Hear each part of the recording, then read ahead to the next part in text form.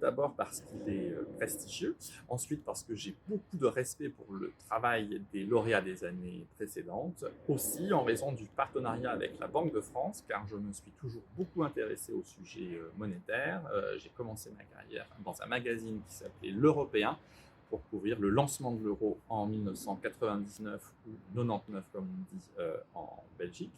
Ensuite, j'ai écrit sur la réforme du pacte de stabilité, puis sur la stabilisation de la zone euro dans les années 2010. C'est vraiment un sujet qui m'intéresse beaucoup.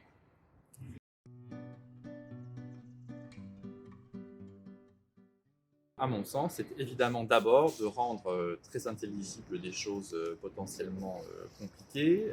La question prend une acuité toute particulière en ce moment avec ce contexte dramatique de guerre aux portes de l'Europe.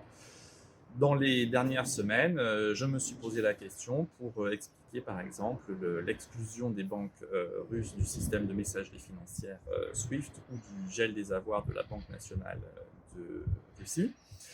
Pour arriver à ce résultat, je pense qu'un journaliste économique doit choisir un vocabulaire très simple, éviter dans la mesure du possible le jargon, ce qui à Bruxelles est une vraie gageure.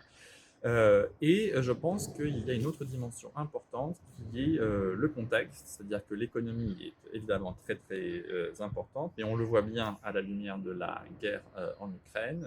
Il faut aussi toujours replacer les sujets économiques et financiers dans la perspective plus générale de la politique, de la géopolitique, de l'histoire, de la géographie, puisque tout est lié.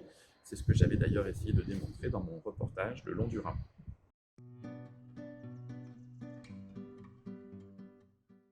J'ai envie de reprendre les éléments que je viens de donner. À mon avis, c'est un article qui n'est pas que financier ou que économique, mais qui donne une perspective beaucoup plus large, qui, à mon sens, doit être aussi bien écrit. Idéalement, il doit surprendre, interpeller le lecteur et l'emmener sur des pistes qu'il n'avait peut-être pas envisagées jusque-là.